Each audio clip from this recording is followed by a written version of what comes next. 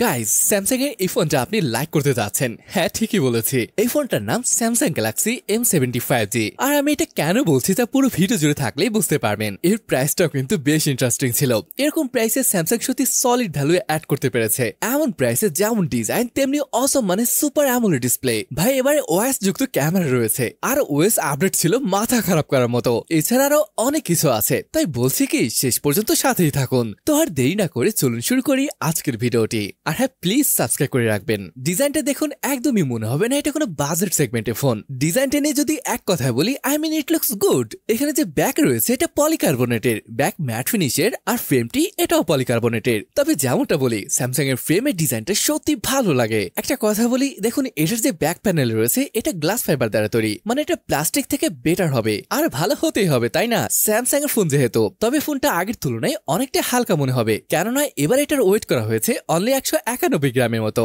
তাই ইনহার্ট ফিলটা কিন্তু বেশ ভালো পেতে যাচ্ছেন।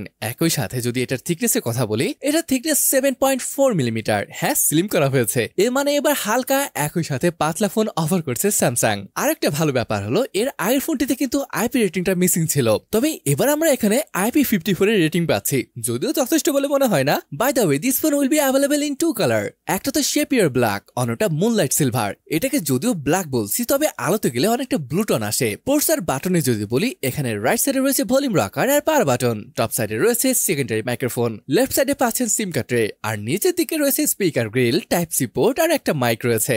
অলরাইট, ফ্রন্টের ডিসপ্লেটা দেখুন এরকমটা দেখতে, যেখানে রয়েছে অটো ড্রপ লস। তবে একটা কথা তো বলতেই হবে, এটা ডিসপ্লে যে সাইজ রয়েছে এটা কিন্তু বিশাল। জি, এখানে আমরা পাচ্ছি 6.67 ইঞ্চির FHD plus super AMOLED display. এখানে রয়েছে 90 হার্জ এর রিফ্রেশ রেট। হ্যাঁ, ডিসপ্লেটি বেজেল তো দেখতেই পাবেন, চিন যদিও একটু বেশি মোটা মনে হচ্ছে। আচ্ছা, যদি মাল্টিমিডিয়ার কথা বলি, দেখুন ইউটিউবে সর্বোচ্চ 1080p 60 fps ভিডিও দেখতে পারবেন। হ্যাঁ, এখানে কিন্তু এইচডি সাপোর্টটা দেখতে পাচ্ছি না। দেখুন ভিডিও দেখার সময় আমার মনে হয় এটার অটো ড্রপ নচ ছাড়া বাকি সব ঠিকই আছে। এটার ভিউ অ্যাঙ্গেল থেকে শুরু করে কালার শার্পনেস যথেষ্ট ভালো ছিল। বুঝতেই পারছেন অ্যামোলেড ডিসপ্লে বলে কথা, আর এটা আবার স্যামসাং এর। এই দামে তো বেশিরভাগ কোম্পানিগুলো IPS ডিসপ্লে দিয়ে দেয়। আর একটা ভালো আপডেট হলো, এখানে আবার গোরিলা গ্লাস ভিক্টাসের প্রোটেকশন দেওয়া হয়েছে, আর এই প্রোটেকশন মনে হয় এই সেগমেন্টেই এটাই প্রথম হবে। আর যদি হ্যাঁ, এটা ব্রাইটনেস যদি বলি, এটা টিপিক্যাল ব্রাইটনেস 800 নিটস আর পিক ব্রাইটনেস 1100 নিটস এর মতো, যেটা বর্তমান সময়ে খুব ব্রাইটনেস মনে না হলেও এটা বাইরের জন্য যথেষ্ট হবে। আচ্ছা, এবার যদি স্মার্টফোনের স্পেসিফিকেশনে বলি, এটা দিয়ে BGMI 40 fps এর আশেপাশে খেলতে পারবেন। হ্যাঁ, কিছু ফ্রেম ড্রপও দেখতে পাবেন, মানে টাইম পাস করার জন্য যদি হালকা পাতলা গেম খেলেন তাহলে কোনো প্রবলেম নেই। ফোনের যে চিপটা রয়েছে এটা Exynos 1330 5nm বেস একটা চিপ ব্যবহার করা হয়েছে। এবার যদি এটা আন্তত বেঞ্চমার্ক স্কোরের কথা বলি, ভাই এটার স্কোর 6 লাখের উপরে।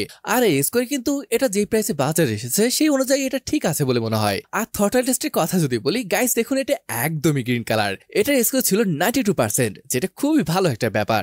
আবার এখানে Geekbench 6 এর রেজাল্ট দেখতে পাচ্ছেন, সিঙ্গেল করে 972 এবং মাল্টি করে 2009। মানে এটার যে প্রাইস রয়েছে এই প্রাইস অনুযায়ী আমি বলবো এটা বেশ ভালো একটা স্কোর। 3টি ভ্যারিয়েন্টে এই ফোনটি পাওয়া যাবে। এটা যে স্টার্টিং ভ্যারিয়েন্ট রয়েছে এটা 4128GB এবং সেকেন্ড ভ্যারিয়েন্টটি 6128GB এবং হাইয়েস্ট ভ্যারিয়েন্টটি 8128GB।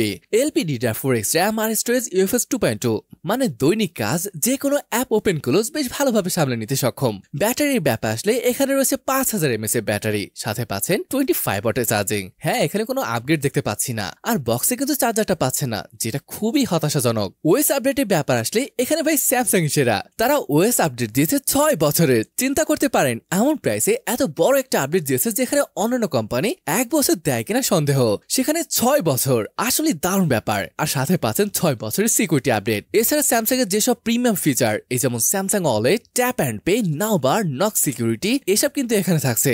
এছাড়াও ফোনটিতে রয়েছে ভয়েস মেল ফিচার, যেটা অ্যাপেলে থাকে আর কি। এটার কাজ হলো, আপনাকে যদি কেউ কল দেয় বাট আপনার ফোন তখন মিউট করা, এটা আপনাকে একটা ভয়েস মেল পাঠাবে। বাকি এআই ফিচার এখানে ভরপুর রয়েছে, যেমনি লাইভ রয়েছে, সার্কেল টু সার্চ, এমনকি মিউজিকও সার্চ করতে পারবেন এআই এর মাধ্যমে।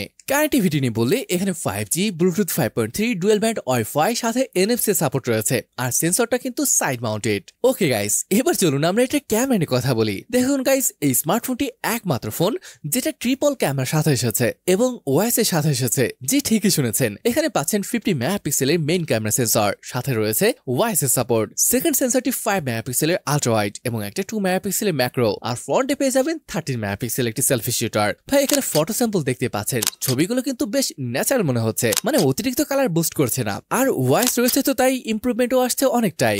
আল্ট্রাওয়াইড ক্যামেরাটা অ্যাভারেজ মনে হয়েছে। বুঝতেই পারছেন 5 মেগাপিক্সেল দিয়ে কতটা ডিটেল আশা করতে পারেন। ভালো কথা হচ্ছে এই প্রাইসে আল্ট্রাওয়াইডই তো থাকে না। সেলফিও ভালো আসছিল। এর মেইন ক্যামেরায় ওএস থাকায় লো লাইটেও ভালো ফটো নিতে পারবেন। এখানে পোর্ট্রেট শটগুলো দেখতে পাচ্ছেন। এর এডজ ডিটেকশন কিন্তু ভালোই ছিল।